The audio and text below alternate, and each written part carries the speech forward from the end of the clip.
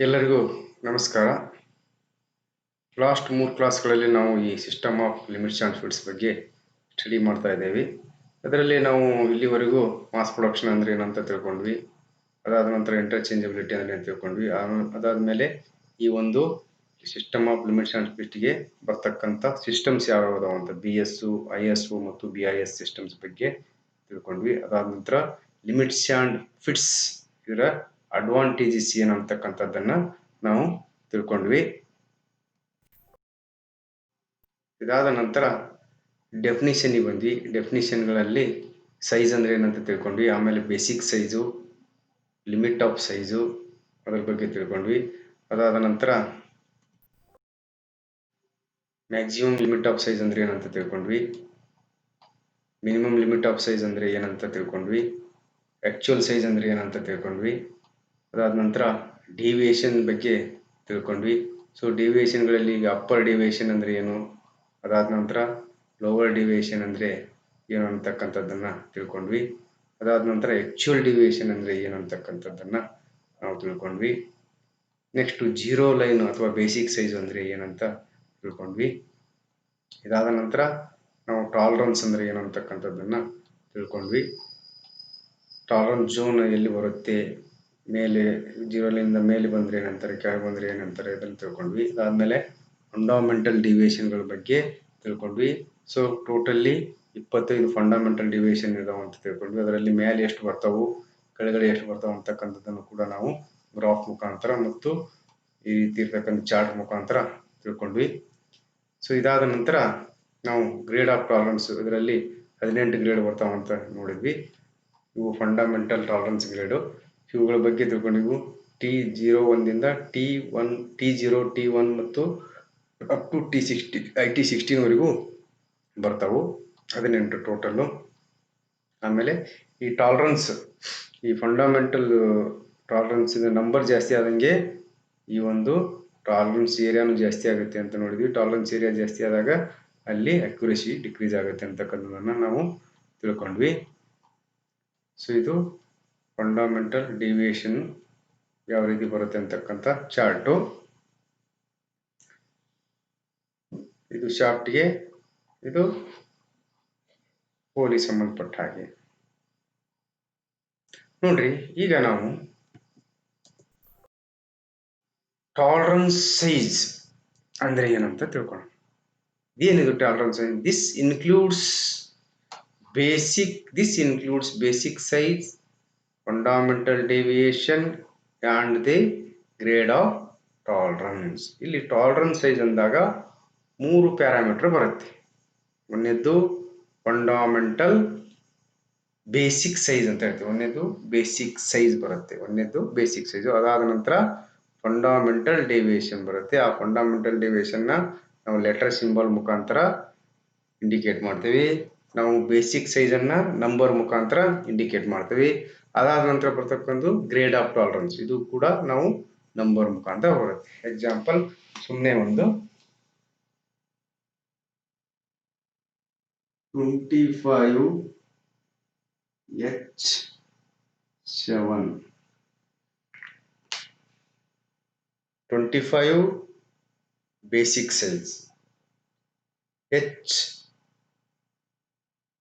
ಇದು fundamental deviation ಅನ್ನು indicate ಮಾಡುತ್ತೆ. 7 ಟಾಲರೆನ್ಸ್ ಗ್ರೇಡ್. 18 ಗ್ರೇಡ್ಸ್ ಏನು ಬರ್ತಾವಲ್ಲ, IT01ದಿಂದ IT1, IT16ವರೆಗೂ ಆ ಗ್ರೇಡಲ್ಲಿ ಯಾವುದು ಅನ್ನೋದನ್ನು 7 IT7 ಅನ್ನೋದನ್ನ ಸೂಚನೆ ಮಾಡುತ್ತೆ. ಇಲ್ಲಿ ನೋಡಿ ಎಕ್ಸಾಂಪಲ್ಸ್, ಇಲ್ಲೇನು ಬರೆದಿಲ್ಲ ಅದೇ ಇದೆ. ಇಲ್ಲಿ 25H7 is the tolerance size of a hole whose basic size is 25. ಇಲ್ಲಿ ಇದೊಂದು ಹೋಲು, ಇದರ ಬೇಸಿಕ್ ಸೈಜ್ ಏನಿದೆಯಲ್ಲ 25 mm ಇದೆ. The fundamental deviation is represented by the letter symbol H. ಈ H ಏನಿದೆಯಲ್ಲ ಇಲ್ಲಿ ನೋಡ್ರಿ, ಡಯಾಮೀಟರ್ 25, ಇಲ್ಲಿ H. ಈ H ಏನಿದೆಯಲ್ಲ ಈ H ಫಂಡಮೆಂಟಲ್ ಡಿವಿಯೇಷನ್ ಅನ್ನ ರಿಪ್ರೆಸೆಂಟ್ ಮಾಡುತ್ತೆ.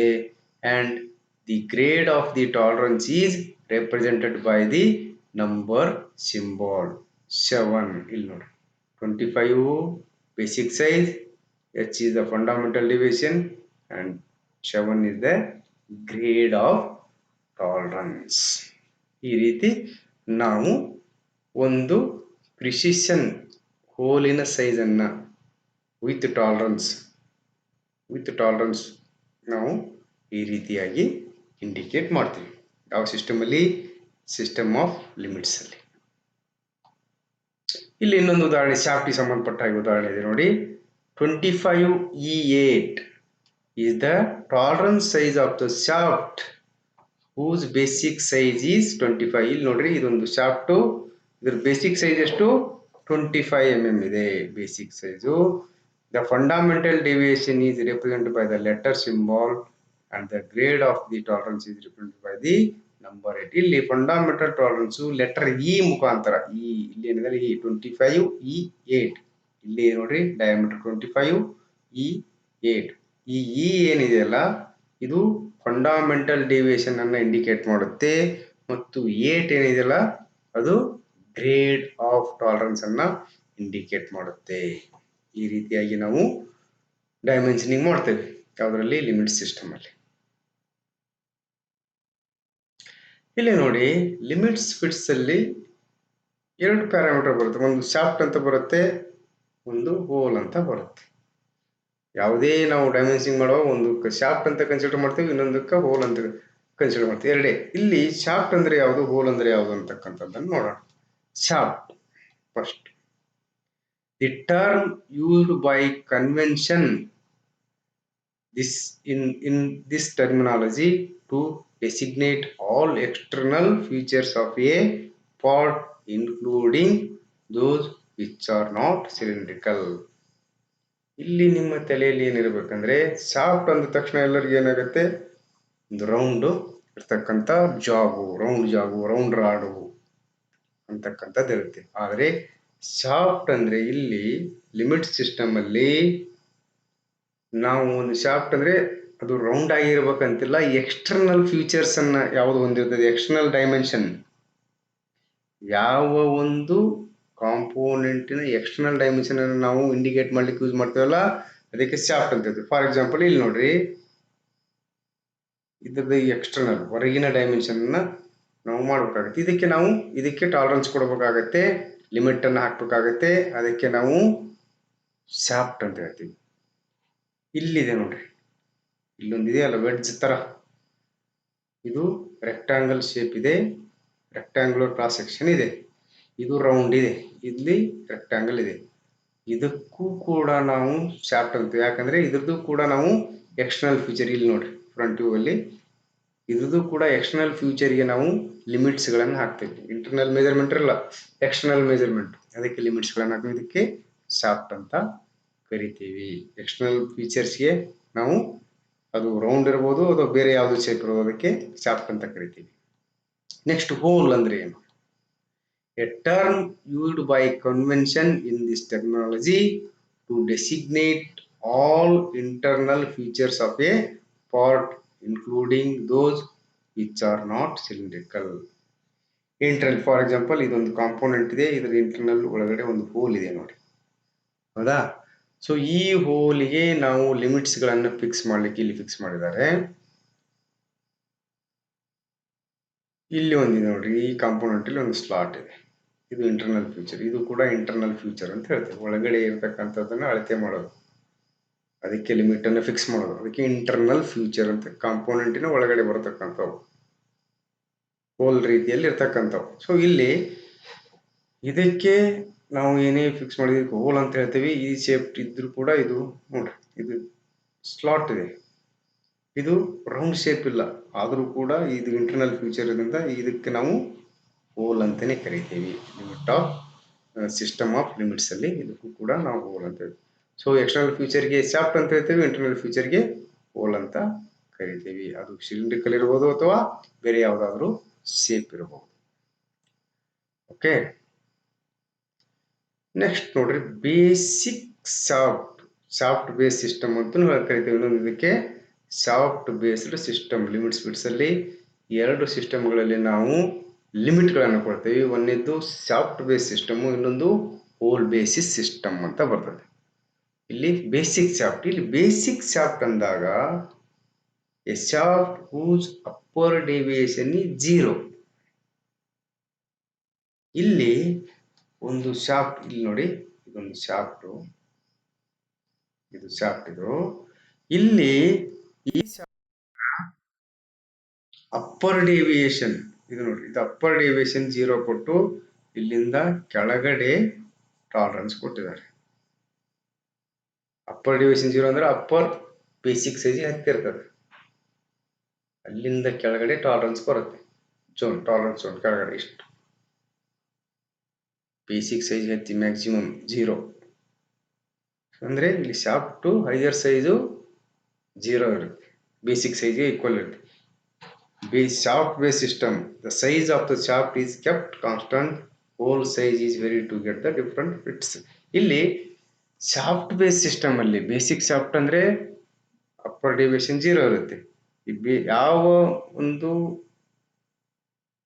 ಶಾಫ್ಟ್ ಅಲ್ಲಿ ಅಪ್ಪರ್ ಡೆವಿಯೇಷನ್ 0 ಇರುತ್ತೋ ಅದಕ್ಕೆ ನಾವು ಏನು ಹೇಳ್ತೀವಿ, ಬೇಸಿಕ್ ಶಾಫ್ಟ್ ಅಥವಾ ಸಾಫ್ಟ್ ಬೇಸ್ಡ್ ಸಿಸ್ಟಮ್ ಅಂತ ಹೇಳ್ತೀವಿ. ಇಲ್ಲಿ ಈ ಶಾಫ್ಟಿನ ಸೈಜ್ ಕಾನ್ಸ್ಟೆಂಟ್ ಇಟ್ಟಿರ್ತವೆ, ಶಾಫ್ಟಿನ ಸೈಜು ಕಾನ್ಸ್ಟೆಂಟ್ ಇರುತ್ತೆ. ಈ ಹೋಲಿನ ಸೈಜ್ ಅನ್ನ ವೇರಿಯೇಷನ್ ಮಾಡಿ ನಾವು ಡಿಫ್ರೆಂಟ್ ಫಿಟ್ಗಳನ್ನ ಪಡಿತೀವಿ. ಫಾರ್ ಎಕ್ಸಾಂಪಲ್ ಒಂದನೇ ಇದು ನೋಡ್ರಿ, ಇಲ್ಲಿ ಶಾಫ್ಟಿನ ಸೈಜ್ಗಿಂತ ಹೋಲಿನ ಸೈಜು ಜಾಸ್ತಿ ಇದೆ, ಅಂದ್ರೆ ಹೋಲ್ ಟಾಲರೆನ್ಸ್ ಇಲ್ಲಿ ಸ್ಟಾರ್ಟ್ ಇದೆ, ಇಲ್ಲಿದೆ. ಇದು ಹೋಲಿನ ಟಾಲರೆನ್ಸು, ಇದು ಶಾಫ್ಟಿನ ಮ್ಯಾಕ್ಸಿಮಮ್ ಸೈಜು, ಇದು ಹೋಲಿನ ಮಿನಿಮಮ್ ಸೈಜ್ ಇದೆ. ಇದೇನು ನೋಡ್ರಿ ಕರ್ಸರ್ ಆಡ್ಸ್ತಾ ಇದೆಯಲ್ಲ, ಇದು ಹೋಲಿನ ಮಿನಿಮಮ್ ಸೈಜು ಶಾಫ್ಟಿನ ಮ್ಯಾಕ್ಸಿಮಮ್ ಸೈಜ್ಗಿಂತ ಕಡಿಮೆ ಇದೆ. ಇಲ್ಲಿ ಕ್ಲಿಯರೆನ್ಸ್ ಬಿಟ್ಟು ಬರ್ತವೆ, ಎರಡರ ಮಧ್ಯೆ ಗ್ಯಾಪ್ ಇರುತ್ತೆ, ಅದು ಕ್ಲಿಯರೆನ್ಸ್ ಅಂತ. ಇಲ್ಲಿ ನೋಡಿ ಶಾಫ್ಟಿನ ಟಾಲರೆನ್ಸ್ ಝೋನ್ ಇದು, ಆಮೇಲೆ ಹೋಲಿನ ಟಾಲರೆನ್ಸ್ ಝೋನ್ ಇಲ್ಲಿಂದ ಸ್ಟಾರ್ಟ್ ಆಗಿ ಇಲ್ಲಿವರೆಗೂ ಇದೆ. ಸೊ ಅಂದ್ರೆ ಇಲ್ಲಿ ಕ್ಲಿಯರೆನ್ಸ್ ಬರಬಹುದು ಅಥವಾ ಟೈಟ್ ಆಗಿ ಆಗ್ಬೋದು. ಇದಕ್ಕೆ ಟ್ರಾನ್ಸಿಷನ್ ಅಂತ ಯಾವ್ದಾದ್ರು ಆಗ್ಬೋದು. ಮ್ಯಾನುಫ್ಯಾಕ್ಚರಿಂಗ್ ಮಾಡಿ ಮೆಜರ್ ಮಾಡಿದಾಗ ಗೊತ್ತಾಗುತ್ತೆ, ಎರಡನ್ನು ಮ್ಯಾನುಫ್ಯಾಕ್ಚರಿಂಗ್ ಮಾಡಿ. ಇಲ್ಲಿ ನೋಡಿ, ಇಲ್ಲಿ ಬನ್ನಿ, ಇಲ್ಲಿ ನೋಡಿ ಶಾಫ್ಟಿಂದು ಟಾಲರೆನ್ಸು ಇಲ್ಲಿದೆ, ಹೋಲಿನ ಟಾಲರೆನ್ಸು ಇಲ್ಲಿದೆ. ಅಂದ್ರೆ ಹೋಲಿನ ಮ್ಯಾಕ್ಸಿಮಮ್ ಸೈಜು ಶಾಫ್ಟಿನ ಮಿನಿಮಮ್, ಹೋಲಿನ ಮ್ಯಾಕ್ಸಿಮಮ್ ಸೈಜ್ ಇದು, ಈ ಹೋಲಿನ ಮ್ಯಾಕ್ಸಿಮಮ್ ಸೈಜು ಶಾಫ್ಟಿನ ಮಿನಿಮಮ್ ಸೈಜ್ ಇದೇನಿದೆಯಲ್ಲ, ಶಾಫ್ಟಿನ ಮಿನಿಮಮ್ ಸೈಜ್ ಏನಿದೆಯಲ್ಲ ಅದಕ್ಕಿಂತ ಕಡಿಮೆ ಇದೆ. ಅವಾಗ ಇದು ಏನಾಗುತ್ತೆ, ಇಂಟರ್ಫೇಸ್ ಅಂದ್ರೆ ಶಾಫ್ಟ್ ಅನ್ನು ಅದರಲ್ಲಿ ಅಸೆಂಬ್ಲಿ ಮಾಡುವಾಗ ನಾವು ಫೋರ್ಸ್ ಆಗಿ ಯಾವುದೋ ಒಂದು ಹ್ಯಾಮರು ಅಥವಾ ಏನೋ ಹೈಡ್ರಾಲಿಕ್ ಪ್ರೆಸ್ ಮಾಡಿ ಮಾಡಬೇಕಾಗುತ್ತೆ. ಈ ರೀತಿ ನಾವು ಶಾಫ್ಟ್ ಅನ್ನ ಕಾನ್ಸ್ಟೆಂಟ್ ಆಗಿಟ್ಟು ಹೋಲಿನ ಡೆವಿಯೇಷನ್ಗಳನ್ನು ಚೇಂಜ್ ಮಾಡಿ ನಾವು ಫಿಟ್ ಅನ್ನು ಪಡಿತಕ್ಕಂಥ ಒಂದು ವಿಧಾನ, ಇದಕ್ಕೆ ಶಾಫ್ಟ್ ಬೇಸ್ ಸಿಸ್ಟಮ್ ಅಂತ. ನೆಕ್ಸ್ಟ್ ಬರ್ತಕ್ಕಂಥದ್ದು ಬೇಸಿಕ್ ಹೋಲ್. ಇಲ್ಲಿ ಹೋಲ್ ಬೇಸ್ ಸಿಸ್ಟಮ್ ಅಂತ ಹೇಳ್ತೀವಿ. ಇಲ್ಲಿ a hole whose lower deviation is 0. ಈ ಹೋಲ್ ನಲ್ಲಿ ಕೆಳಗಿನ ಡೆವಿಯೇಷನ್ 0 ಇರುತ್ತೆ. ಈ ಫಾರ್ ಎಕ್ಸಾಂಪಲ್ ಇದು ನೋಡ್ರಿ, ಇದು ಹೋಲ್, ಇದು ಹೌದಾ, ಇಲ್ಲಿಂದ ಹೋಲಿನ ಬೇಸಿಕ್ ಸೈಜು, ಆಮೇಲೆ ಇಲ್ಲಿಂದ ಟಾಲರೆನ್ಸ್ ಬರುತ್ತೆ. ಇದೇನಿದೆ ಹೋಲಿನ ಟಾಲರೆನ್ಸು ಲೋವರ್ ಡೆವಿಯೇಷನ್ ಬೇಸಿಕ್ ಸೈಜ್ಗೆ ಇರುತ್ತೆ. ಲೋವರ್ ಸೈಜ್ ಏನಿದೆಲ್ಲ ಇಲ್ಲಿ 0 ಇರುತ್ತೆ, ಬೇಸಿಕ್ ಸೈಜ್ ಅಲ್ಲಿಂದ ಸ್ಟಾರ್ಟ್ ಆಗುತ್ತೆ. ಲೋವರ್ ಡೆವಿಯೇಷನ್ ಅಂದ್ರೆ 0, ದಟ್ ಮೀನ್ಸ್ ಲೋವರ್ಗೆ ಯಾವುದೇ ಡೆವಿಯೇಷನ್ ಕೊಟ್ಟಿರಲ್ಲ, ಅಲ್ಲಿಂದ ಮುಂದೆ ಮೇಲೆ ಅಪ್ಪರ್ ಡೆವಿಯೇಷನ್ ಬರುತ್ತೆ. ಅಂದ್ರೆ ಟಾಲರೆನ್ಸ್ ಝೋನು 0 ಲೈನ್ ಎತ್ಕೊಂಡು ಮೇಲೆ ಇರುತ್ತೆ ಬೇಸಿಕ್ ಹೋಲಲ್ಲಿ. ಬೇಸಿಕ್ ಶಾಫ್ಟ್ ಅಲ್ಲಿ ಟಾಲರೆನ್ಸ್ ಝೋನು 0 ಲೈನ್ ಎತ್ಕೊಂಡು ಕೆಳಗೆ ಬರುತ್ತೆ, ಇಷ್ಟೇ. ಇಲ್ಲಿ ಹೋಲ್ ಬೇಸ್ ಸಿಸ್ಟಮ್ ಅಲ್ಲಿ ಹೋಲಿನ ಸೈಜ್ ಅನ್ನ ಕಾನ್ಸ್ಟೆಂಟ್ ಇಟ್ಟಿರ್ತೇವೆ, ಆಮೇಲೆ ಶಾಫ್ಟ್ ಅನ್ನ ಬೇರೆ ಬೇರೆ ಸೈಜ್ಗೆ ಮಾಡಿ ನಮಗೆ ಬೇಕಾಗಿರ್ತಕ್ಕಂಥ ಫಿಟ್ ಅನ್ನ ಒಪ್ಟೋನ್ ಮಾಡ್ತೇವೆ. ನೋಡ್ರಿ, ಫಾರ್ ಎಕ್ಸಾಂಪಲ್ ಇಲ್ಲಿ ಹೋಲ್ಗಿಂತ ಶಾಫ್ಟ್ ಸಣ್ಣದಿದೆ, ಇಲ್ಲಿ ಕ್ಲಿಯರೆನ್ಸ್ ಫಿಟ್ ಅಂತೀವಿ, ಎರಡರ ಮಧ್ಯೆ ಗ್ಯಾಪ್ ಬರುತ್ತೆ. ಇಲ್ಲಿ ನೋಡಿ ಟ್ರಾನ್ಸಿಷನ್ ಫಿಟ್, ಇಲ್ಲಿ ಏನಾದ್ರೂ ಆಗ್ಬೋದು.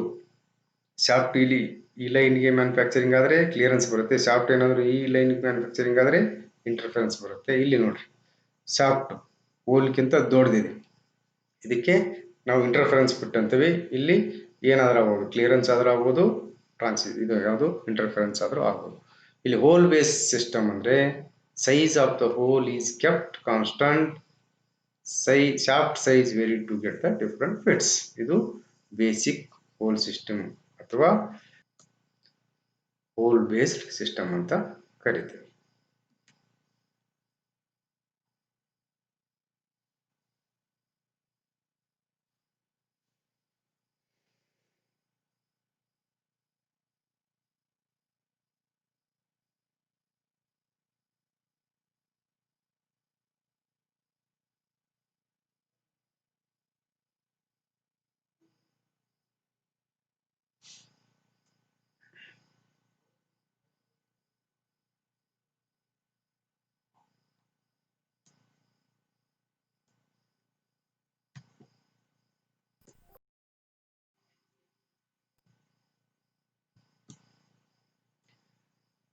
ಈಗ ನೋಡ್ರಿ, the tolerance size is defined by its basic size followed by a symbol composed of a letter and number. Example 45G7 ಇಲ್ಲಿದೆ ನೋಡಿ. ಆಗಲೇ ನಾನು ಒಂದು ಉದಾಹರಣೆ ಕೊಟ್ಟೆ, 25H7 ಅಂತ ಒಂದು ಹೋಲಿಗೆ. ಅದೇ ರೀತಿ ಇಲ್ಲಿ ಟಾಲರೆನ್ಸ್ ಸೈಜನ್ನು ನಾವು ಇಂಡಿಕೇಟ್ ಮಾಡಲಿಕ್ಕೆ ಮೊದಲು ಬೇಸಿಕ್ ಸೈಜು, ಆಮೇಲೆ ಫಂಡಮೆಂಟಲ್ ಡಿವಿಯೇಷನು, ಅದಾದ ನಂತರ ಒಂದು ಟಾಲರೆನ್ಸ್ ಗ್ರೇಡನ್ನು ಇಂಡಿಕೇಟ್ ಮಾಡ್ತೇವೆ. ಇಲ್ಲಿ ನೋಡಿ, ಬೇಸಿಕ್ ಸೈಜು, ಆಮೇಲೆ ಫಂಡಮೆಂಟಲ್ ಡಿವಿಯೇಷನ್ ಯಾವಾಗಿದ್ರು ಲೆಟರ್ ಇರುತ್ತೆ. ಸ್ಮಾಲ್ ಲೆಟರ್ ಇದ್ರೆ ಅದು ಶಾಫ್ಟ್ ಅನ್ನು ಇಂಡಿಕೇಟ್ ಮಾಡುತ್ತೆ, ಬಿಗ್ ಲೆಟರ್ ಇದ್ರೆ ಅದು ಹೋಲ್ ಅನ್ನು ಇಂಡಿಕೇಟ್ ಮಾಡುತ್ತೆ. ಇದು ನೆನಪಿರಬೇಕು ನಿಮಗೆ. The tolerance size of whole and shaft sometimes may be designated as showing in the figure. ಇಲ್ಲಿ ನೋಡ್ರಿ 25 ಕಾಣ್ತಾ ಇಲ್ಲ ನಿಮಗೆ, 25H7 G6 ಅಂತ ಇದೆ. 25H7 G6 ಇಲ್ಲಿ 25 ಬೇಸಿಕ್ ಸೈಜ್, ಎರಡಕ್ಕೂ ಶಾಫ್ಟಿಗೂ 25 ಬೇಸಿಕ್ ಸೈಜ್ ಆಗುತ್ತೆ. ಇಲ್ಲಿ ಡಯಾಮೀಟರ್ ಅಂತ ಕೊಡೋಣ, ಹೋಲ್ಗೂ ಕೂಡ 25 ಆಗುತ್ತೆ. ಇಲ್ಲಿ deviation, hole deviation, capital letter ಇದ್ದಿದ್ದು ಹೋಲ್ ಡಿವಿಯೇಷನ್ ಅನ್ನು ಇಂಡಿಕೇಟ್ ಮಾಡುತ್ತೆ, ಆಮೇಲೆ ಸ್ಮಾಲ್ ಲೆಟರ್ ಇದ್ದಿದ್ದು ಶಾಫ್ಟ್ ಡಿವಿಯೇಷನ್ ಅನ್ನ ಇಂಡಿಕೇಟ್ ಮಾಡುತ್ತೆ.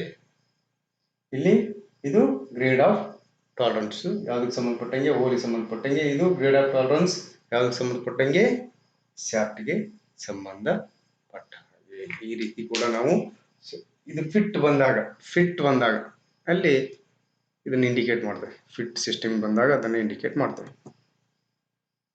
Next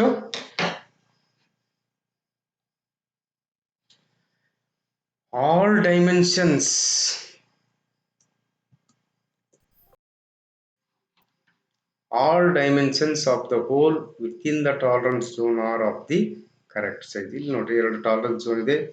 maximum size of the whole, minimum size of the whole. ಇವೆರಡೂ ಮಧ್ಯೆ ಬರ್ತಕ್ಕಂಥ ಎಲ್ಲ ಹೋಲ್ಗಳು ಇಲ್ಲಿ 1 2 3 4 ಕಾಂಪೋನೆಂಟ್ಗೆ 4 ಸೈಜ್ ಇದಾವೆ. ಬಟ್ ಈ ಸೈಜ್ ಏನಿದಾವಲ್ಲ ವಿತಿನ್ ಟಾಲರೆನ್ಸ್ ಹೈಯರ್ ಮತ್ತು ಲೋವರ್ ಲಿಮಿಟ್ ಅವುಗಳ ಮಧ್ಯೆನೇ ಇದೆ. ಯಾವುದಕ್ಕೆ? ಇವೆಲ್ಲ ಕರೆಕ್ಟ್. ಫಾರ್ ಎಕ್ಸಾಂಪಲ್, ಮೊದಲು ಹೇಳಿದ್ದೆ, ಇಲ್ಲಿ ನೋಡ್ರಿ, ಡಯಾಮೀಟರ್ 25 ಪ್ಲಸ್ ಮೈನಸ್ 0.1 mm ಇದೆ ಅಂತ ತಿಳ್ಕೊಳ್ರಿ.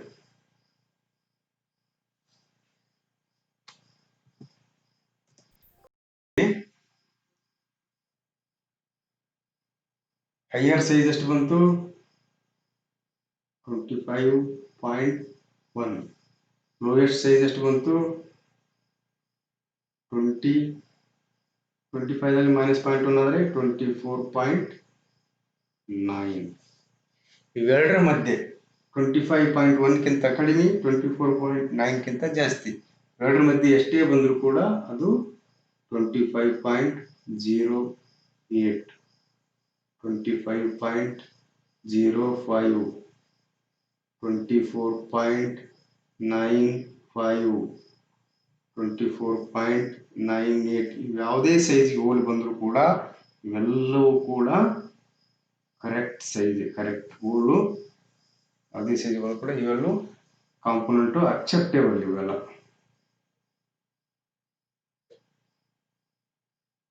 ಕಾಂಪೋನೆಂಟು ಅಕ್ಸೆಪ್ಟ್ ಆಗ್ತವೆ. ಇದರಲ್ಲಿ ಯಾವುದನ್ನು ನಾವು ರಿಜೆಕ್ಟ್ ಮಾಡೋ ಆಗಿಲ್ಲ. ಇಲ್ಲಿ ನೋಡ್ರಿ, a higher grade of tolerance for the same fundamental deviation for the same basic size provides a larger tolerance field. ಇಲ್ಲಿ ನೋಡಿ, ಮೊದಲನೇ ಉದಾಹರಣೆ, ಇಲ್ಲಿ ಎರಡು ಹೋಲ್ ಇದಾವೆ.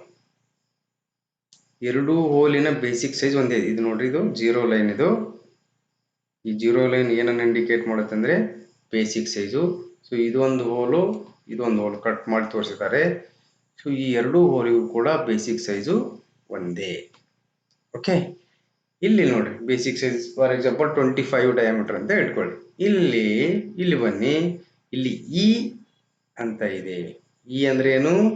Fundamental deviation. ಇಲ್ಲಿ ಫಂಡಾಮೆಂಟಲ್ ಡೆವಿಯೇಷನ್ ಕೂಡ ಒಂದೇ ಇದೆ. ಇಲ್ಲಿ ಇ ಇದೆ, ಇಲ್ಲಿ ಇ ಇದೆ. ಬೇಸಿಕ್ ಸೈಜು ಒಂದೇ ಇದೆ, ಫಂಡಾಮೆಂಟಲ್ ಡೆವಿಯೇಷನ್ ಕೂಡ ಒಂದೇ ಇದೆ.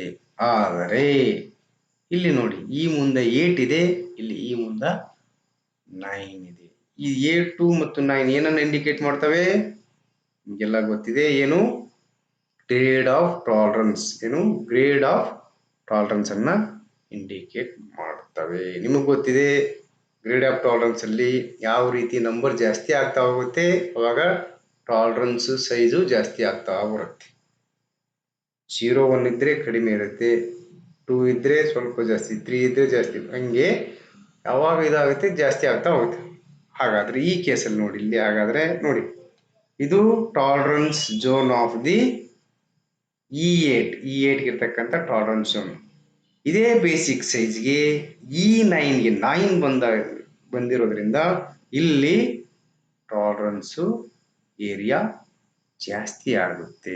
ಇದನ್ನ ಹೇಳ್ತೀವಿ, higher grade of tolerance for the same fundamental deviation for the same basic size provides A larger tolerance field.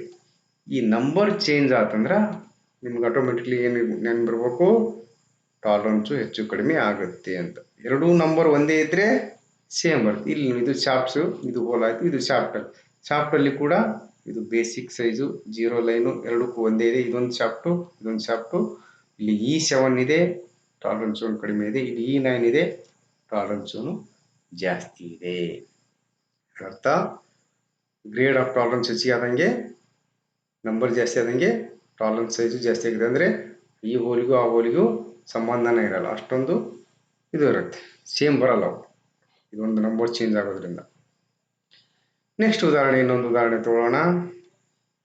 ಇಲ್ಲಿ ನೋಡಿ, the same grade of tolerance for different letter symbols and for the same basic size provides the same tolerance field. ಇದು ನೆನಪಿರ್ಬೇಕು ನಿಮಗೆ. ಇಲ್ಲಿ change ಆಗಿದ್ದೇನು? Basic size same ಇದೆ, tolerance grade last ಇಂದ change ಇದೆ. ಆದ್ರೆ ಮಧ್ಯದಲ್ಲಿ ಬರ್ತಕ್ಕಂಥ ಫಂಡಾಮೆಂಟಲ್ ಡಿವಿಯೇಷನ್ ಏನಿದೆಯಲ್ಲ, ಅದು ಮಾತ್ರ ಚೇಂಜ್ ಆಗಿದೆ. ಸೊ ಫಂಡಾಮೆಂಟಲ್ ಡಿವಿಯೇಷನ್ ನಿಮ್ಗೆ ಗೊತ್ತು, 0 ಲೈನಿಂದ ಮೇಲೆ ಒಂದಿಷ್ಟು ಬರ್ತಾವು, 0 ಲೈನ್ ಮಧ್ಯೆ ಒಂದಿಷ್ಟು ಬರ್ತಾವು, 0 ಲೈನಿಂದ ಕೆಳಗೆ ಒಂದಿಷ್ಟು ಬರ್ತಾವು. ಸೊ ಇವು ಎಷ್ಟಿದಾವು? 25 ಇದಾವೆ. ಎ ಇಂದ Z ವರೆಗೂ 25 ಬರ್ತಾವೆ, ನೋಡಿದ್ದೀರ ನೀವು ಬೇರೆ ಬೇರೆ. ಸೊ ಇಲ್ಲಿ ಫಾರ್ ಎಕ್ಸಾಂಪಲ್ ಈ ಹೋಲನ್ನು ತಗೊಳ್ಳೋಣ. ಇದೊಂದು ಹೋಲು, ಇದೊಂದು ಹೋಲು. ಈ ಎರಡು ಹೋಲಿನ ಬೇಸಿಕ್ ಸೈಜ್ ಒಂದೇ ಇದೆ, ಆಮೇಲೆ ಫಂಡಾಮೆಂಟಲ್ ಡಿವಿಯೇಷನ್ ಒಂದೇ ಇದೆ. ನೋಡ್ರಿ, ಫಂಡಾಮೆಂಟಲ್ ಡಿವಿಯೇಷನ್ ಬೇರೆ ಇದೆ, ಒಂದೇ ಇಲ್ಲ, ಫಂಡಾಮೆಂಟಲ್ ಡಿವಿಯೇಷನ್ ಬೇರೆ ಇದೆ. ಇಲ್ಲಿ ನೋಡ್ರಿ, E8 ಇದೆ, 0 ಲೈನಿಂದ ಮೇಲೆ ಬರುತ್ತೆ. ಇ ಅಂತಕ್ಕಂಥ ಗ್ರೇಡು 0 ಲೈನಿಂದ ಮೇಲೆ ಬರುತ್ತೆ. ಇಲ್ಲಿ ಎನ್ ಅಂತಕ್ಕಂಥದ್ದು 0 ಲೈನ್ ಅಂದ್ರೆ ಬೇಸಿಕ್ ಸೈಜಿಂದ ಕೆಳಗೆ ಬರುತ್ತೆ. ಇದು ಎನ್ಗೆ ಸಂಬಂಧಪಟ್ಟ ಇಲ್ಲಿಂದ ಇಲ್ಲಿವರೆಗೂ ಎನ್ಗೆ ಸಂಬಂಧಪಟ್ಟಿರ್ತಕ್ಕಂಥ ಫಂಡಾಮೆಂಟಲ್ ಡಿವಿಯೇಷನ್.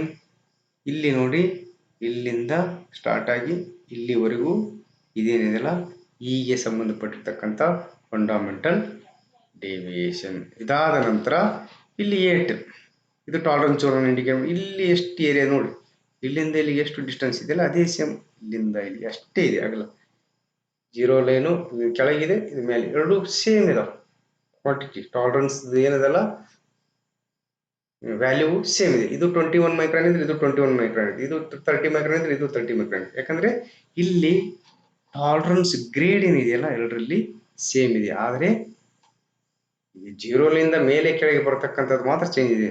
0 ಲೈನಿಂದ ಮೇಲೆ ಕೆಳಗೆ ಬರ್ತಕ್ಕಂಥದ್ದನ್ನು ಇಂಡಿಕೇಟ್ ಮಾಡೋದು ಯಾವುದು? Fundamental deviation. ಆ ಲೆಟರ್ ಚೇಂಜ್ ಆಗಿದೆ. ಇಲ್ಲಿ ಇ ಇದೆ, ಇಲ್ಲಿ ಎನ್ ಇದೆ. ಅದೇ ರೀತಿ ಇಲ್ಲಿ ಶಾಫ್ಟ್ ಅಲ್ಲಿ E7 N8 ಎನ್ ಅಂದಾಗ ಶಾಫ್ಟ್ ಅಲ್ಲಿ ಮೇಲೆ ಬರುತ್ತೆ, ಇ ಕೆಳಗೆ ಬರುತ್ತೆ. ಇಲ್ಲಿ ಹೋಲ್ ಅಲ್ಲಿ ಇ ಮೇಲೆ ಬರುತ್ತೆ ಮತ್ತು ಎನ್ ಕೆಳಗಡೆ ಬರುತ್ತೆ. ಆದರೆ ಟಾಲರೆನ್ಸ್ ಫಂಡಾಮೆಂಟಲ್ ಇದು ಟಾಲರೆನ್ಸ್ ಗ್ರೇಡು ನಂಬರ್ ಇಲ್ಲಿ 7 ಇದೆ, ಇಲ್ಲಿ 7 ಇರೋದ್ರಿಂದ ಈ ಏರಿಯಾ ಮಾತ್ರ ಸೇಮ್ ಬರುತ್ತೆ. ಇದು ಅರ್ಥ ಆಗಿರ್ಬೇಕು ಅನ್ಸುತ್ತೆ ನನಗೆ. ಓಕೆ, ನೆಕ್ಸ್ಟ್ ನೋಡಿ, ಫಾರ್ ಎ ಹೋಲ್ 20H7 ಇಲ್ಲಿ ಹೆಂಗೆ ರೀಡ್ ಮಾಡಬೇಕು ಅನ್ನೋದನ್ನು, ವ್ಯಾಲ್ಯೂ ಟಾಲರೆನ್ಸ್ ವ್ಯಾಲ್ಯೂ ಎಷ್ಟು ಬರುತ್ತೆ ಅನ್ನೋದನ್ನು ಹೆಂಗೆ ಕಂಡುಹಿಡಿಯಬೇಕು ಅನ್ನೋದಕ್ಕೆ ಒಂದು ಉದಾಹರಣೆಯಲ್ಲಿ, ಒಂದು ಹೋಲ್ ಇದೆ, ಆ ಹೋಲಿನ ಒಂದು ಏನ್ ಮಾಡ್ತಾ ಇದೀವಿ, 20H7 ಅಂತ ಇಲ್ಲೊಂದು ಹೋಲ್ ಇದೆ ನೋಡಿ, ಇದೊಂದು ಕಾಂಪೋನೆಂಟ್ ಹೋಲ್ ಇದೆ, ಇಲ್ಲಿ 20H7 ಅಂತ ಕೊಟ್ಟಿದ್ದಾರೆ. ಇದನ್ನ ನಾವು ಟೇಬಲ್ ಅಲ್ಲಿ ನೋಡಿದಾಗ +21 +0 ಬರ್ತದೆ. ಎಚ್ ಅಂದಾಗ ನಿಮ್ಗೆ ಗೊತ್ತಿದೆ, ಹೋಲ್ ಬೇಸ್ ಸಿಸ್ಟಮ್ ಅಲ್ಲಿ ಇದು ಕ್ಯಾಪಿಟಲ್ ಲೆಟರ್ ಅಂದ್ರೆ ಹೋಲ್ ಬೇಸ್ ಸಿಸ್ಟಮ್ ಅಲ್ಲಿ 0 ಲೈನ್ಗೆ ಅಂದ್ರೆ ಬೇಸಿಕ್ ಸೈಜ್ ಎತ್ತಿ ಅಲ್ಲಿಂದ ಮೇಲ್ಗಡೆ ಟಾಲರೆನ್ಸ್ ಸ್ಟಾರ್ಟ್ ಆಗುತ್ತೆ. ಇಲ್ಲಿಂದ +21 ಮೈಕ್ರಾನ್ ಇದೆ, 20 mm ಸೈಜ್ಗೆ ಪ್ಲಸ್ ಸೈಡ್ 21 ಇದೆ. ಆಮೇಲೆ ಇದು ಮ್ಯಾಕ್ಸಿಮಮ್ ಟಾಲರೆನ್ಸ್, ಇದು ಮಿನಿಮಮ್ 0 ಲೈನ್ಲಿಂದ. ಇಲ್ಲಿ ನೋಡಿ, these numbers indicate the deviation in microns. 1 micron ಅಂದ್ರೆ 0.001 mm. Limits of the hole are 20 + 0.01. 20 ಇಲ್ಲಿ +0.01, 20 + 0.01 ಅಂದ್ರೆ 20.021 mm, ಇದು ಹೈಯೆಸ್ಟ್ ಸೈಜು. ಆಮೇಲೆ ನೆಕ್ಸ್ಟ್ 20.0 ಅಂದ್ರೆ 20 mm. ಸೊ ಇಲ್ಲಿ 20 mm ಇಂದ 20.021 mm ವರೆಗೂ ಈ ಹೋಲ್ ಅನ್ನು ನಾವು ಮ್ಯಾನುಫ್ಯಾಕ್ಚರಿಂಗ್ ಮಾಡಬಹುದು. ಸೈಜ್ ನೋಡ್ರಿ, ಇದು 20, ಇದು ಮಿನಿಮಮ್ ಸೈಜು, ಮ್ಯಾಕ್ಸಿಮಮ್ 20.01 ಅಲ್ಲಿವರೆಗೂ. ಸೊ ಈ ರೀತಿ ಇಂಡಿಕೇಟ್ ಮಾಡಬಹುದಾಗಿ ನಾವು ಲಿಮಿಟ್ ಸಿಸ್ಟಮ್ ಅಲ್ಲಿ ಈ ರೀತಿ ಡಯಾಮೀಟರ್ 20H7 ಅಂತ ಇಂಡಿಕೇಟ್ ಮಾಡ್ತೇವೆ. ಇದನ್ನ ನಾವು ಟೇಬಲ್ ಇರುತ್ತೆ, ಆ ಟೇಬಲ್ ಅಲ್ಲಿ ನೋಡಿಕೊಂಡು, ಆಗಲೇ ತೋರಿಸಿದಲ್ಲ ಟಾಲರೆನ್ಸ್ ಗ್ರೇಡ್ ಟೇಬಲ್, ಅದರಲ್ಲಿ ನೋಡಿಕೊಂಡು ನಾವು ಫಂಡಮೆಂಟಲ್ ಡಿವಿಯೇಷನ್ಗೆ ಒಂದು ಚಾರ್ಟ್ ಬರುತ್ತೆ, ಆ ಚಾರ್ಟ್ ಇಂದ ಎಚ್ಗೆ ಏನು ಫಂಡಮೆಂಟಲ್ ಡಿವಿಯೇಷನ್ ಇದೆ ನೋಡ್ಬೇಕು. ಫಂಡಮೆಂಟಲ್ ಡಿವಿಯೇಷನ್ H0 ಬರುತ್ತೆ, ಚಾರ್ಟ್ ಇರ್ಬೋದು ಅಥವಾ ಹೋಲ್ ಇರ್ಬೋದು, ಎರಡಕ್ಕೂ H ಅಂತ ಬಂದಾಗ ಅಲ್ಲಿ 0 ಇರ್ತಾವೆ. ಆಮೇಲೆ ಇಲ್ಲಿ ನೋಡ್ರಿ, ಫಂಡಮೆಂಟಲ್ ಡಿವಿಯೇಷನ್ ಇಲ್ಲ ಅಂದರೆ ಬಿಟ್ಬಿಟ್ಟು ನೆಕ್ಸ್ಟ್ ಟಾಲರೆನ್ಸ್ ಗ್ರೇಡ್, 7ನೇ ಗ್ರೇಡ್ ಟಾಲರೆನ್ಸ್ಗೆ 20 ಡಯಾಕೆ ಎಷ್ಟು ಬರುತ್ತೆ ಅನ್ನೋದನ್ನು ಚಾರ್ಟ್ನ ನೋಡಿದಾಗ ಇದು ಬರುತ್ತೆ. ಮಿನಿಮಮ್ ಸೈಜು 0 ಬರುತ್ತೆ, ಇಲ್ಲಿ ಮ್ಯಾಕ್ಸಿಮಮ್ 21 ಮೈಕ್ರಾನ್ ಇರುತ್ತೆ. ಸೊ ಅದನ್ನು ಬೇಸಿಕ್ ಸೈಜ್ಗೆ ನಾವು ಆ್ಯಡ್ ಮಾಡಿದಾಗ ಮಿನಿಮಮ್ ಸೈಜು ಮತ್ತು ಮ್ಯಾಕ್ಸಿಮಮ್ ಸೈಜು ಸಿಗುತ್ತೆ. ವಿತಿನ್ ದ್ಯಾಟ್ ಲಿಮಿಟಲ್ಲಿ ಆ ಹೋಲನ್ನು ನಾವು ಮ್ಯಾನುಫ್ಯಾಕ್ಚರಿಂಗ್ ಮಾಡಿದರೆ ಆ ಕಾಂಪೋನೆಂಟು ಓಕೆ ಇರುತ್ತೆ. ಇಲ್ಲಿ ನೋಡಿ, ಇಲ್ಲಿ ಡಯಾಮೀಟರ್ 18 ರಿಂದ 30 ವರೆಗೂ 7th ಗ್ರೇಡಲ್ಲಿ ಏನು ಬಂದಿದೆ, 18 ರಿಂದ 30 ವರೆಗೂ ಟಾಲರೆನ್ಸು 21 ಮೈಕ್ರಾನ್ ಇದೆ. ಎಷ್ಟು? 21 ಮೈಕ್ರಾನ್. ಅದನ್ನೇ ಅಲ್ಲಿ ನೋಡಿದೀವಿ ನಾವು.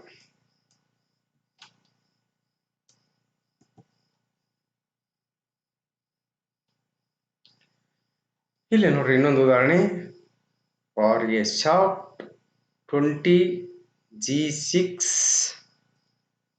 We find in the table ಅಲ್ಲಿ ಎರಡು ಡಿವಿಯೇಷನ್, ಒಂದು ಅಪ್ಪರ್ ಡಿವಿಯೇಷನ್ ಒಂದು ಲೋವರ್ ಡಿವಿಯೇಷನ್ ಬರುತ್ತೆ. ಒಂದನೇದ್ದು -07 ಆಮೇಲೆ -20 ಅಂತ ಬರುತ್ತೆ. ಅಂದರೆ ಬೇಸಿಕ್ ಸೈಡ್ಲಿಂದ ಎರಡು ಕೆಳಗೆ ಇದ್ವಿ. ಜಿ ಇದು ಯಾವ ಲೆಟರ್ ಇದೆ, ಸ್ಮಾಲ್ ಲೆಟರ್ ಇದೆ. ಸ್ಮಾಲ್ ಲೆಟರ್ ಅಂದಾಗ ಇದು ಯಾವುದಕ್ಕೆ ಸಂಬಂಧಪಟ್ಟಿರ್ತಕ್ಕಂಥ, ಇದು ಶಾಫ್ಟ್ಗೆ ಸಂಬಂಧ. ಶಾಫ್ಟ್ ಅನ್ನು ಯಾವಾಗಲೂ ಸ್ಮಾಲ್ ಲೆಟರ್ ಇಂಡಿಕೇಟ್ ಮಾಡ್ತೀವಿ, ಹೋಲ್ ಅನ್ನು ಬಿಗ್ ಲೆಟರ್ ಇಂಡಿಕೇಟ್ ಮಾಡ್ತೀವಿ. ಆಯ್ತಾ? ಇಲ್ಲಿ ನೋಡಿ, ಒಂದು -7 ಬಂದಿದೆ ಅಂದ್ರೆ ಮೈಕ್ರಾನ್ ನಲ್ಲಿ ಇರ್ತವೆ. 0.001 mm ಒಂದು ಮೈಕ್ರಾನ್ ಅಂದ್ರೆ, ಇದು 0.007 mm ಅಂತ, 0.02 mm ಅಂತ. ಇಲ್ಲಿ ನೋಡ್ರಿ, so limits of the shaft are, ಮೊದಲನೇದು 20 - 0.020 ಅಂದ್ರೆ 20 - 20 ಅಲ್ಲಿ 20 ಮೈಕ್ರಾನ್ ಮೈನಸ್ ಮಾಡಿದ್ರೆ ಎಷ್ಟು ಬರುತ್ತೆ, 19.980 mm ಬರುತ್ತೆ. ಇಲ್ಲಿ ಮತ್ತೆ ಇನ್ನೊಂದು ಹೈಯೆಸ್ಟ್ ಅಂದ್ರೆ 20 ಅಲ್ಲಿ 7 ಮೈಕ್ರಾನ್ ಮೈನಸ್ ಮಾಡಿದಾಗ 19.993. ಸೊ ಇಲ್ಲಿ ನಾವು ಲಿಮಿಟ್ ಸಿಸ್ಟಮ್ ಅಲ್ಲಿ ಇಂಡಿಕೇಟ್ ಮಾಡಿದೀವಿ. ಡಯಾ 20G6 ಅಂತಂದಾಗ minimum size of the shaft 19.980, maximum size 19.993. ಇದು minimum size, maximum size of the shaft. Next ನೋಡಿ, ಈಗ ಬೈಲ್ಯಾಟ್ರಲ್ ಟಾಲರೆನ್ಸ್ ಅಂತ. ಬೈಲ್ಯಾಟ್ರಲ್ ಟಾಲರೆನ್ಸ್ ಅಂದ್ರೆ ಏನು? When the deviations are given for a particular combination of the symbols are positive and negative so as to give the maximum limit more than the basic size and minimum limit less than the basic size, then we call it as bilateral tolerance. ಇಲ್ಲಿ for example ಆಗಲಿ ಉದಾಹರಣೆ ತಗೊಳ್ಳೋಣ. Diameter 25 plus or minus 0.1. ಇಲ್ಲಿ 25 basic size. ಇಲ್ಲಿ basic size ಅಂದ್ರೆ 0 line ಅಂತ ಇದೆ. ಈ 0 ಲೈನ್ ಇಂದ ಮೇಲೆ 0.1 mm ಅನ್ನ ನಾವು ಟಾಲರೆನ್ಸ್ ಕೊಟ್ಟಿದ್ದೀವಿ. 0 ಲೈನ್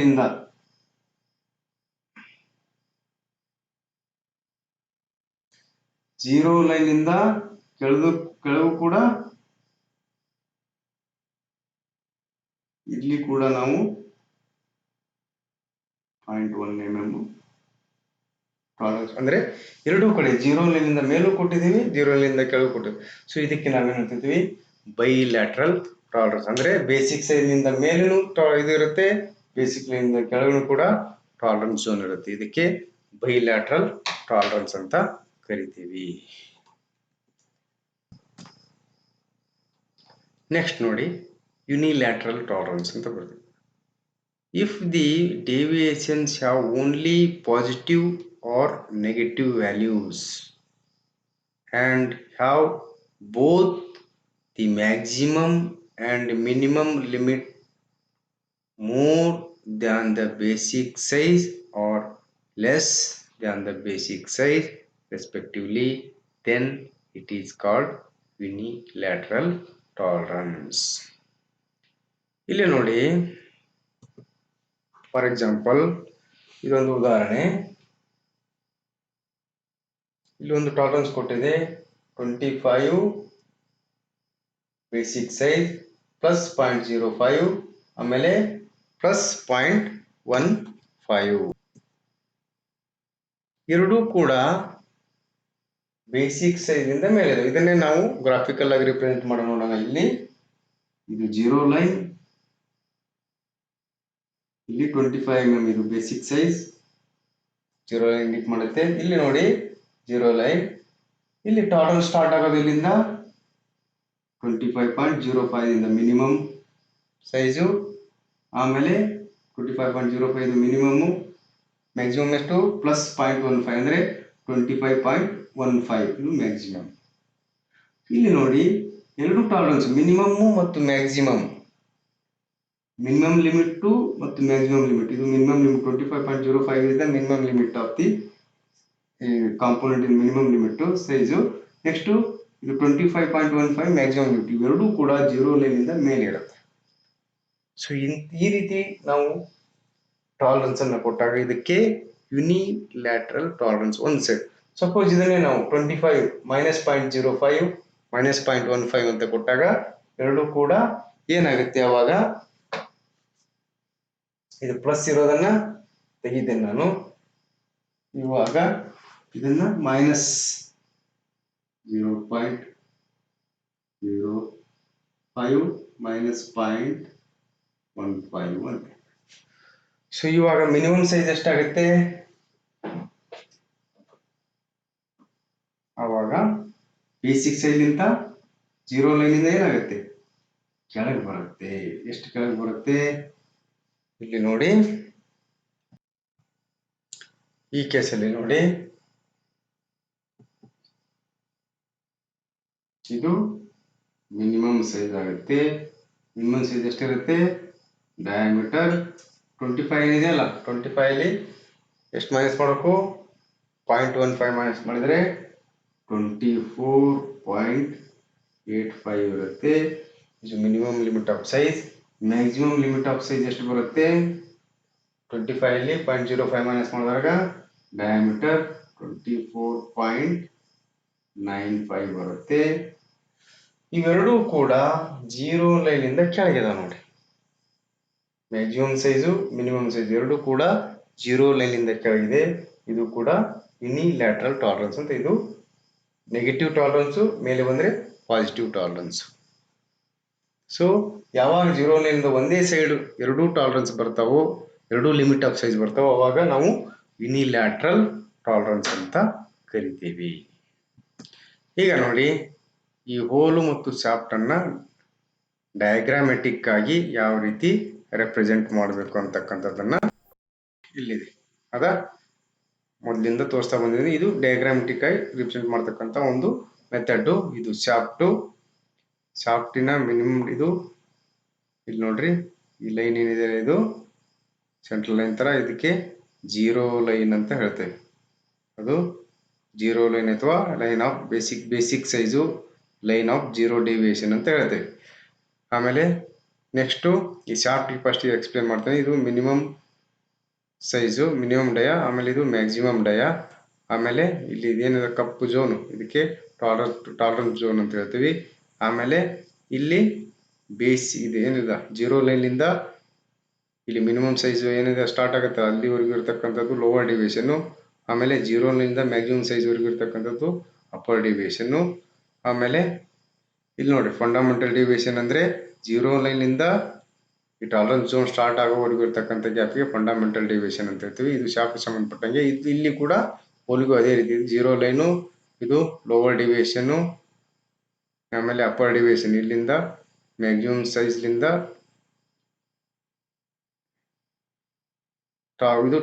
ಇದು ಟಾಲರೆನ್ಸ್ ನೋಡ್ರಿ.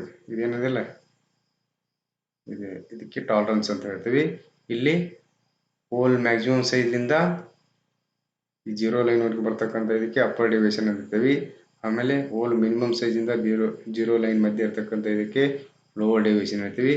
ಇದು ಮಿನಿಮಮ್ ಡಯಾ, ಹೋಲಿನ ಟಾಲರೆನ್ಸ್ ಸ್ಟಾರ್ಟ್ ಆಗ್ತಕ್ಕಂಥ ಒಂದು ಇದಕ್ಕೆ ಮಿನಿಮಮ್ ಡಯಾ. ಹೋಲಿನ ಟಾಲರೆನ್ಸ್ ಮುಗಿತಕ್ಕಂಥದ್ದು ಇದಕ್ಕೆ ಮ್ಯಾಕ್ಸಿಮಮ್ ಡಯಾ ಅಂತ ಕರಿತೀವಿ. ಇದು diagrammatic representation of the whole and shaft deviation. So ಇಲ್ಲಿವರೆಗೂ ನಾವು ಲಿಮಿಟ್ ಸಿಸ್ಟಮ್ ಅಲ್ಲಿ ಯೂಸ್ ಮಾಡ್ತಕ್ಕಂಥ ಡಿಫ್ರೆಂಟ್ ಟರ್ಮ್ಸು, ಟಾಲರೆನ್ಸ್ ಅಂದ್ರೆ ಏನು, ಟಾಲರೆನ್ಸ್ ಝೋನ್ ಅಂದ್ರೆ ಏನು, ಆಮೇಲೆ ಯುನಿಲ್ಯಾಟ್ರಲ್, ಬೈಲ್ಯಾಟ್ರಲ್ ಟಾಲರೆನ್ಸ್, ಇವೆಲ್ಲರ ಬಗ್ಗೆ ತಿಳ್ಕೊಂಡ್ವಿ.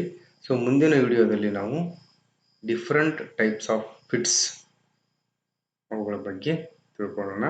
ಅಲ್ಲಿವರೆಗೂ ಎಲ್ಲರಿಗೂ ನಮಸ್ಕಾರ.